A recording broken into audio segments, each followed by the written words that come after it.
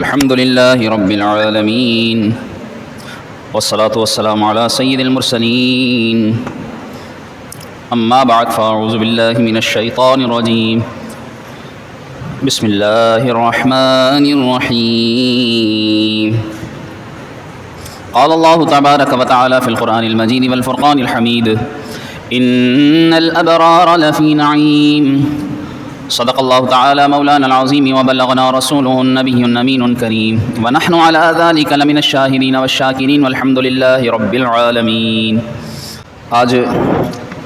2 مئی سن 2025 4 ذی قعدۃ الحرام 1446 ہجری۔ آج کی گفتگو پچھلے 2 جمعوں کے بیانات سے متعلق۔ ہم نے اولاً والدین کے حقوق سماعت کیے تھے اور پچھلے جمعۃ المبارک اولاد کے حقوق بیان کیے گئے تھے، اور یہ ذکر کیا گیا تھا کہ اولاد پر ماں باپ کے حقوق اولاد کے بالغ ہونے کے بعد لازم آتے ہیں۔ اولاد جب تک زندہ ہے ان کے حقوق ماں باپ پر ان کی زندگی تک ہیں، لیکن جب تک اولاد زندہ ہے چاہے پھر والدین ان کی زندگی میں حیات ہوں یا نہ ہوں، تو اللہ رب العالمین نے والدین کو یہ شان عطا فرمائی ہے کہ والدین کے مرنے کے بعد بھی والدین کے حقوق اولاد پر باقی رہتے ہیں، یعنی ماں باپ کے مرنے کے بعد بھی اولاد پر حقوق باقی ہیں۔ اس اعتبار سے رسول اللہ صلی اللہ علیہ وسلم کے صحابی حضرت ابو اسید مالک بن ربیعہ جو آخری بدری صحابی ہیں، وہ فرماتے ہیں کہ رسول اللہ صلی اللہ علیہ وسلم کی بارگاہ میں ایک صحابی آئے اور عرض کیا هل بقي شيء من بر ابوي شيء ابرهما به عند بعد موتهما، کہ یا رسول اللہ صلی اللہ علیہ وسلم کیا میرے والدین کے حقوق میں سے کچھ ایسے حقوق بھی ہیں جو ان کے مرنے کے بعد بھی مجھ پر لازم ہیں؟ تو آپ صلی اللہ علیہ وسلم نے 5 حقوق بیان فرمائے کہ ہاں ان کے مرنے کے بعد بھی تم پر ان کے حقوق باقی ہیں، یعنی والدین پر تو اولاد کے زندہ رہنے تک حقوق ہیں، لیکن اولاد پر ماں باپ کے مرنے کے بعد بھی حقوق باقی ہوتے ہیں۔ اور وہ کون سے حقوق بیان فرمائے، وہی آج کی گفتگو ہے جو حقوق ہم نے آج سننے ہیں۔ پہلا حق رسول اللہ صلی اللہ علیہ وسلم نے ارشاد فرمایا الصلاۃ علیہما، اولاد پر ماں باپ کے مرنے کے بعد بھی جو پہلا حق لازم آتا ہے وہ یہ کہ ان کی وہ نماز جنازہ ادا کرے، یہ اولاد پر حق ہے۔ اور نماز جنازہ بھی علماء نے بعض نے تو یہ بھی لکھا کہ اگر ہو سکے تو بیٹا اپنے ماں یا باپ کے مرنے کے بعد ان کی نماز جنازہ پڑھائے بھی، یہ بھی اس کا حق ہے۔ اب فی زمانہ دیکھا جائے تو لوگوں کو نماز جنازہ تو پڑھنا آنا صحیح معنی میں دور کی بات ہے، 5 فرض نمازیں بھی صحیح پڑھنا نہیں آتی۔ اگر ان کو کہا جائے کہ نماز با جماعت کی امامت کروانی ہے تو ہاتھ پاؤں کانپنا شروع ہو جاتے ہیں کہ جی نماز پڑھانی ہے، مصلی پر کھڑا ہونا ہے۔ جی ہاں، کام ہی ایسا ہے۔ اللہ کے رسول صلی اللہ علیہ وآلہ وسلم کا جو مصلی رسول ہے اس کو اللہ نے شان ہی ایسی عطا فرمائی ہے، ہر کسی کے بس کی بات نہیں ہوتی۔ اس لیے اولاد کو اپنے ماں باپ کا یہ حق جان لینا چاہیے کہ انہیں کم از کم اتنا تو دین کا علم سیکھ لینا چاہیے کہ چلو 5 نمازوں کی امامت نہ بھی کروا پائے تو کم از کم اپنے والدین کے مرنے کے بعد ان کی نماز جنازہ تو پڑھا سکے، چلو پڑھا نہ سکے کم از کم پڑھ تو سکے۔ کتنے ایسے ہوتے ہیں بد نصیب ہم نے دیکھے ہیں کہ باپ کا جنازہ آگے رکھا ہے، ماں کا جنازہ آگے رکھا ہے، بیٹا دور کھڑا ہوا ہے، اس کو کہا جائے کہ جی ماں کا یا باپ کا نماز جنازہ ادا کرنا ہے تو وہ کہتا ہے مجھے پڑھنا نہیں آتی نماز جنازہ۔ کتنے افسوس کی بات ہے، مرنے کے بعد ان کا پہلا حق جو اولاد پر لازم آتا ہے وہ حق بھی ادا نہیں کرتا۔ یاد رکھیے کہ نماز جنازہ جس کو رسول اللہ صلی اللہ علیہ وسلم نے بیان بھی فرمایا ہے کہ نماز جنازہ مختصراً بیان بھی کر دوں تاکہ اس برکت سے ہم سیکھ بھی لیں۔ نماز جنازہ کے 2 رکن ہیں، پہلا رکن ہے 4 تکبیریں کہنا اور دوسرا رکن ہے قیام کرنا، نماز جنازہ میں کھڑا ہونا۔ یہ 2 رکن بھی اگر وہ ادا کر لے گا تو کم از کم نماز جنازہ ادا ہو جائے گی۔ 4 تکبیریں کہنا اور اسی طرح جب آخر میں جب سلام پھیرتے ہیں تو یہ دونوں چیزیں بلند آواز سے کہنا، اور 2 رکن ہیں 4 تکبیریں اور قیام کرنا، اور 3 سنتیں مؤکدہ ہیں۔ پہلی تکبیر کے بعد جب کانوں تک ہاتھ اٹھا کر ہاتھ باندھ لیے جائیں تو ثنا پڑھنا، اور اس میں بھی کچھ لفظ زائد وجل ثناؤک ولا الہ غیرک، کس طرح کہ یہ ثنا جب پڑھے گا تو اس میں یہ کچھ لفظ اس نے زائد کہنے ہیں کہ وتعالی جدک کے بعد وجل ثناؤک ولا الہ غیرک۔ پھر جب دوسری تکبیر کہے گا تو اس میں اس نے درود ابراہیمی پڑھنا ہے، اللہم صلی علی محمد وعلی آل محمد کما صلیت علی ابراہیم وعلی آل ابراہیم انک حمید مجید، اللہم بارک علی محمد وعلی آل محمد کما بارکت علی ابراہیم وعلی آل ابراہیم انک حمید مجید۔ پھر تیسری تکبیر کہے گا اللہ اکبر اور تینوں تکبیروں میں سے جو پہلی تکبیر ہے صرف اس میں اس نے کانوں تک ہاتھ اٹھانے، اور جو دوسری تیسری چوتھی تکبیر ہے اس میں اس نے کانوں تک ہاتھ نہیں اٹھانے۔ تو تیسری تکبیر کے بعد پھر وہ دعائے جنازہ پڑھے گا، اللہم اغفر لحینا و میتنا و شاہدنا و غائبنا و صغیرنا و کبیرنا و ذکرنا و انثانا، اللہم من احییتہ منا فاحیہ علی الاسلام ومن توفیتہ منا فتوفہ علی الایمان۔ یہ دعا، اور چوتھی تکبیر کے بعد بعض لوگ یوں ہاتھ باندھے رہتے ہیں، چوتھی تکبیر کے بعد ہاتھ چھوڑ دینے ہیں۔ جب چوتھی تکبیر ہوئی اللہ اکبر، ہاتھ چھوڑ دیے، کیونکہ اس کے بعد اب کچھ پڑھنا نہیں ہے، پڑھنے کے لیے ہاتھ باندھے ہوئے تھے، اب جب کچھ پڑھنا نہیں ہے تو اب ہاتھ چھوڑ دیے، اور اس کے بعد پھر السلام علیکم ورحمۃ اللہ، السلام علیکم ورحمۃ اللہ۔ بعض لوگ پہلے سلام پر پہلا ہاتھ چھوڑتے ہیں السلام علیکم ورحمۃ اللہ، پھر دوسرا ہاتھ چھوڑتے ہیں السلام علیکم ورحمۃ اللہ۔ یہ سنت کے خلاف ہے۔ سنت یہی ہے کہ دونوں ہاتھ چھوڑ دیے جائیں چوتھی تکبیر کے بعد، اور اس کے بعد پھر سلام پھیرا جائے۔ تو یہ مختصر طریقہ بھی میں نے اس لیے بیان کر دیا کہ کم از کم اولاد اپنے ماں یا باپ کے مرنے کے بعد اس کی نماز جنازہ تو پڑھ لے۔ دوسرا حق رسول اللہ صلی اللہ علیہ وسلم نے بیان فرمایا کہ تم پر تمہارے ماں یا باپ یا دونوں میں سے کسی کے مرنے کے بعد استغفار، تم پر ان کے لیے مغفرت کی دعا کرنا یہ تم پر لازم ہے، اور یہ صرف اور صرف نماز جنازہ کے بعد ہی نہیں، یا صرف بس جس دن انتقال ہوا اس دن پھر تیجا جس کو کہا جاتا ہے، جس کو سوئم یا کچھ بھی نام دیا جاتا ہے، یا پھر اس کے بعد 10واں یا 20واں یا 40واں، پھر اس کے بعد 6 مہینے، تو اس کے بعد بس پھر سال، بس ان 4-6 دنوں میں بس وہ استغفار کرنا ہے۔ جی نہیں، ماں باپ کے لیے جب موقع ملے، اور بالخصوص 5 نمازیں جب ادا کرے تو اپنے ماں باپ کے لیے مغفرت کی دعا کرنا ہے۔ اور یہ کوئی ایسی بات نہیں ہے کہ جو ہم اپنے پاس سے کہ یہ کہا جائے کہ جی 5 نمازوں کے بعد کرنی ہے۔ اللہ تبارک و تعالیٰ نے قرآن کریم میں ذکر فرما دی ہے۔ جب ہم پڑھتے ہیں ربی اجعل لی مقیم الصلاۃ ومن ذریتی ربنا وتقبل دعا، پھر کیا کہتے ہیں ربنا اغفر لی ولوالدی، کہ اللہ مجھے بھی بخش دے اور میرے ماں باپ کو بھی بخش دے۔ تو دن میں 5 مرتبہ نماز پڑھے گا تو والدین کے لیے مغفرت کی دعا ہو جائے گی، لیکن جو نماز ہی نہ پڑھے گا تو اسے نہ اپنے لیے دعا کی توفیق ملے گی، نہ اپنے ماں باپ کے لیے دعا کی توفیق ملے گی، اور ایسا محروم کر دیا جاتا ہے بے نمازی تو کہ جب کوئی نمازی شخص نماز پڑھتا ہے تو اس کے لیے دنیا بھر کے اندر جو نمازی نماز پڑھتے ہیں اور جب وہ مسلمانوں کے لیے دعا کرتے ہیں تو اللہ تبارک و تعالیٰ دنیا کے نماز پڑھنے والوں کی دعاؤں میں نماز پڑھنے والے کو بھی شامل فرما دیتا ہے، لیکن جو نماز نہیں پڑھتا تو اس بے نمازی کے لیے نمازیوں کی دعاؤں میں بھی کوئی حصہ نہیں ہوتا۔ تو آپ اندازہ کیجئے کہ کتنا محروم بدبخت وہ شخص ہے کہ بے نمازی کو نمازیوں کی دعاؤں میں بھی شامل نہیں کیا جاتا۔ اس لیے نماز پڑھنا پہلی بات کہ والدین کے لیے وہ استغفار کرے۔ رسول اللہ صلی اللہ علیہ وسلم نے ارشاد فرمایا استغفار الولد لابیہ من بعد موتہ من البر، کہ اولاد کا اپنے والدین کے لیے بخشش کی دعا کرنا یہ ان کے ساتھ ایک نیکی کا اچھا سلوک ہے ان کے مرنے کے بعد۔ آپ صلی اللہ علیہ وسلم نے ارشاد فرمایا ان العبد لیموت والداہ او احدہما وانہ لہما لعاق فلا یزال یدعو لہما ویستغفر لہما حتی یکتبہ اللہ بارا۔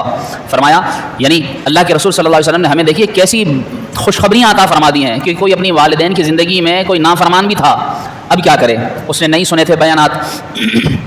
دور رہتا تھا علماء سے، اسے نہیں تھا اتنا ہوش، اپنی زندگی کی عیش و عیاش میں اتنا مصروف، اتنا غرق ہو گیا تھا کہ والدین کی نافرمانی پر مجبور یا مسرور تھا، جیسا بھی تھا والدین کی نافرمانی کرتا تھا۔ تو اگر کوئی ایسا بھی ہو کہ جو اس کی والدین کی نافرمانی کی زندگی گزرتی رہی اور والدین اس کی زندگی اس طرح نافرمانی کی زندگی میں چلے گئے، اب کیا کرے؟ رسول اللہ صلی اللہ علیہ وسلم نے دیکھیے اس کے لیے بھی بیان فرمایا ہے، فرمایا بندہ کہ جو ایسا ہو کہ جو اس کی زندگی میں اس کے والدین میں دونوں میں سے یا کوئی ایک دونوں انتقال کر جائیں اور وہ نافرمان تھا، بچہ وہ اپنے والدین کا نافرمان تھا، تو فرمایا کہ پھر وہ اپنے مرے ہوئے ماں باپ کے لیے بخشش کی دعا کرتا رہے اور کرتا رہے، مسلسل مغفرت مانگتا رہے، تو اللہ تبارک و تعالیٰ اپنے والدین کی اس کی بخشش کی دعا کرنے کی برکت سے اس کی زندگی میں بھی اس کے ماں باپ کا اس کو فرما بردار لکھ دیا جاتا ہے۔ کتنی بڑی بات ہے کہ مر گئے والدین، نافرمان تھا، لیکن ان کے مرنے کے بعد بخشش کی دعا کی، اللہ رب العالمین ان کے مرنے کے بعد اس طرح بخشش کی دعا کرنے پر بھی اس کو فرما بردار لکھ دیتا ہے۔ کتنی بڑی سعادت کی بات ہے۔ تو والدین کے مرنے کے بعد ان کی بخشش کی دعا۔ آپ صلی اللہ علیہ وسلم نے فرمایا آج بہت سے لوگ رزق میں تنگی کی شکایتیں کرتے ہیں کہ کاروبار میں برکت نہیں ہے، رزق ہاتھ تنگ ہو گیا ہے، گھر میں بے برکتی ہے، فاقے ہو رہے ہیں، یہ ہے وہ ہے، اس طرح کی شکایتیں۔ آپ صلی اللہ علیہ وسلم نے بیان فرمایا اذا ترک العبد الدعاء للوالدین فانہ ينقطع عنہ الرزق، کہ جب بندہ اپنے ماں باپ کے لیے دعا کرنا چھوڑ دیتا ہے تو اللہ تبارک و تعالیٰ اس کے رزق میں بھی تنگی ڈال دیتا ہے۔ تو رزق میں تنگی کی ایک وجہ یہ بھی ہوتی ہے کہ بندہ اپنے ماں باپ کے لیے دعا چھوڑ دیتا ہے، اس لیے برکت چاہیے، ماں باپ کے لیے دعا کریں، ہر نماز میں دعا کریں، انشاءاللہ برکت ہوگی۔ رسول اللہ صلی اللہ علیہ وسلم نے یہ بھی ارشاد فرمایا ان الرجل لترفع درجته في الجنة فيقول ان هذا فيقال باستغفار ولدك لك، کہ جب بندہ مر جاتا ہے اور اس کے بعد اس کے جب درجے بڑھتے ہیں، بعض روایتوں میں لکھا گیا کہ اس کے درجے اس کو پہاڑ کی طرح نظر آتے ہیں، بعض روایتوں میں یہ کہ اس کے مرنے کے بعد قبر میں بھی اس کے لیے اس کی نیکیاں پہاڑ کی طرح پیش کی جاتی ہیں، اس کے پیچھے پیچھے آتی ہیں، تو وہ پوچھتا ہے کہ یہ میرے ثواب کہاں سے آ رہے ہیں، یہ کہاں سے مجھے اجر مل رہا ہے؟ تو کہا جاتا ہے کہ تو دنیا سے آ گیا، لیکن پیچھے تیری اولاد تیرے لیے مغفرت کی دعا کر رہی ہے، اس کی برکت سے اللہ رب العالمین تجھے یہ نیکیاں عطا فرما رہا ہے۔ تو اس طرح اب اس میں وہی بات شامل ہو گئی کہ اپنی اولاد کی اس نے ایسی تربیت کی ہوگی تو اس کے مرنے کے بعد اس کی وہ بخشش کی دعا کریں گے، اولاد کا اس نے حق ادا نہیں کیا ہوگا تو وہ کہاں سے اس کا حق ادا کریں گے؟ اس کے تو مرنے کی دیر ہے، اس کے مرنے کے بعد پھر اس کے مال کو بانٹنے کے پیچھے لگے ہوئے ہوں گے، انہیں نمازوں کی، ان کی مغفرت کی، ان کے اصالِ ثواب کی کوئی فکر نہیں ہوگی۔ اس لیے جہاں اولاد کے حقوق یعنی اولاد پر لازم ہے کہ وہ اپنے والدین کے لیے مغفرت کی دعا کریں، اسی طرح پہلے والدین پر بھی ضروری ہے کہ وہ ایسی تربیت کر کے جائیں کہ ان کے مرنے کے بعد ان کی اولاد ان کے لیے مغفرت کی دعا بھی کرتی رہے، ان کے لیے اچھے کام کرتی رہے۔ رسول اللہ صلی اللہ علیہ وسلم نے اسی لیے بیان فرما دیا، اذا مات الانسان انقطع عنہ عملہ الا ثلاثۃ، فرمایا کہ جب انسان مر جاتا ہے تو اس کے اعمال ختم، کٹ گئے، مگر تین چیزیں ایسی ہیں جو اس کے مرنے کے بعد بھی جاری رہتی ہیں۔ پہلا فرمایا من صدقۃ جاریۃ، ایسا صدقہ جو اس نے جاری کر دیا ہو کہ وہ مر گیا، اپنا پیسہ اس نے مسجد میں لگایا تھا، ایسا صدقہ جاریہ کر دیا ہے کہ اب وہ تو مر گیا ہے لیکن مسجد میں جب تک نمازیں پڑھی ہی جاتی رہیں گی اللہ تبارک و تعالیٰ اس کو ثواب عطا فرماتا رہے گا، اس کے مرنے کے بعد صدقہ جاریہ۔ دوسرا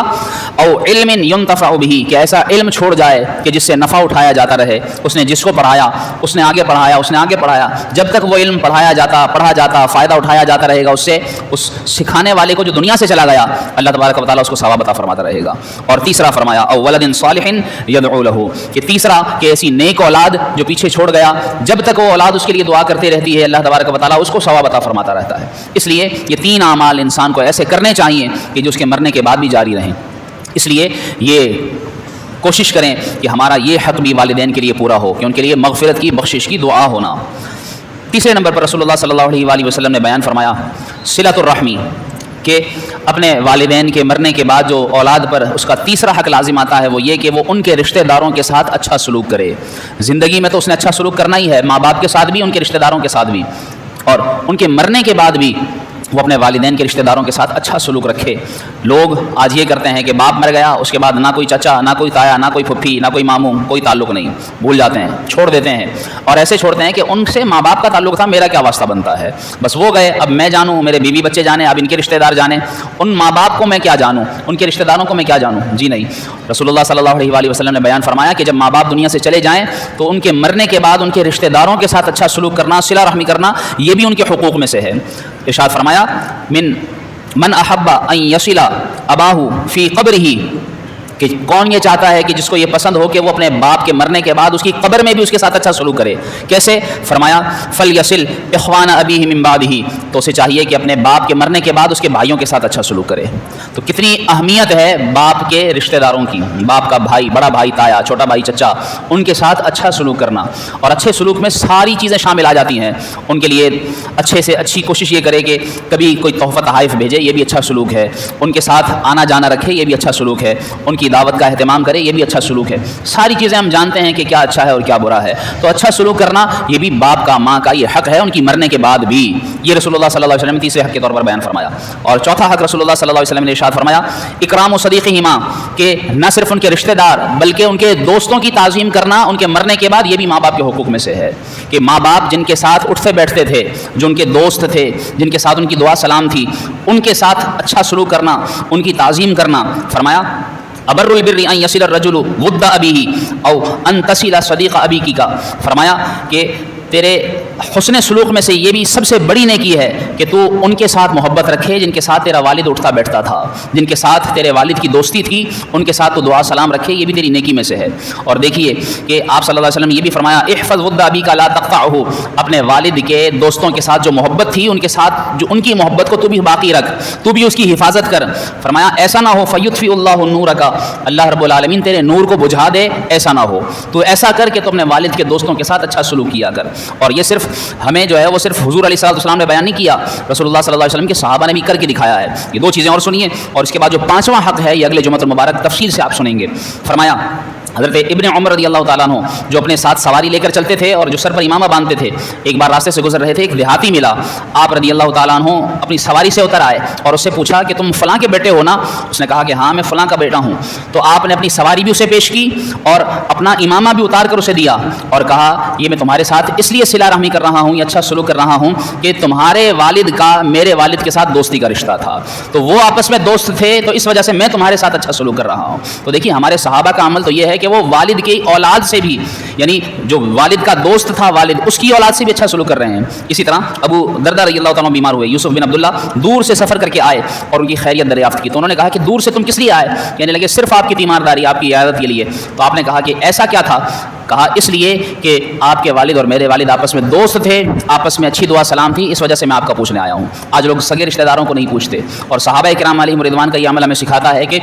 والد کے دوستوں کے ساتھ بھی اچھا سلوک کرنا چاہیے۔ اسی طرح ابو بردہ کہتے ہیں کہ ابن عمر رضی اللہ تعالیٰ عنہ نے مجھے کافی مال دیا اور کہا یہ مال اس لیے دے رہا ہوں کہ ہمارے والد آپس میں دوست تھے۔ تو الغرض یہ ہمیں ان کا طرز عمل سکھاتا ہے کہ اپنے والدین کے ساتھ ان کے مرنے کے بعد بھی صلہ رحمی کی جائے، ان کے مرنے کے بعد ان کی نماز جنازہ، ان کے لیے مغفرت کی دعا، ان کے رشتہ داروں سے صلہ رحمی، نہ صرف رشتہ داروں سے بلکہ ان کے دوستوں کے ساتھ بھی اچھا سلوک کیا جائے۔ اور پانچواں حق یہ آپ اگلے جمعۃ المبارک سنیں گے۔ اللہ رب العالمین ہمیں یہ چاروں حقوق جو ہم نے سنے انہیں یاد رکھنے، اور جن کے والد یا والدہ دنیا سے چلے گئے اللہ تعالیٰ ہمیں ان کا وہ حق ادا کرنے کی توفیق عطا فرمائے، اور جن کے والدین حیات ہیں اللہ کریم ان کی اولاد پر ان والدین کا سایہ دراز فرمائے۔ وہ لطف زندگی پایا نہیں کرتے یادیں، سے دل کو بہلایا نہیں کر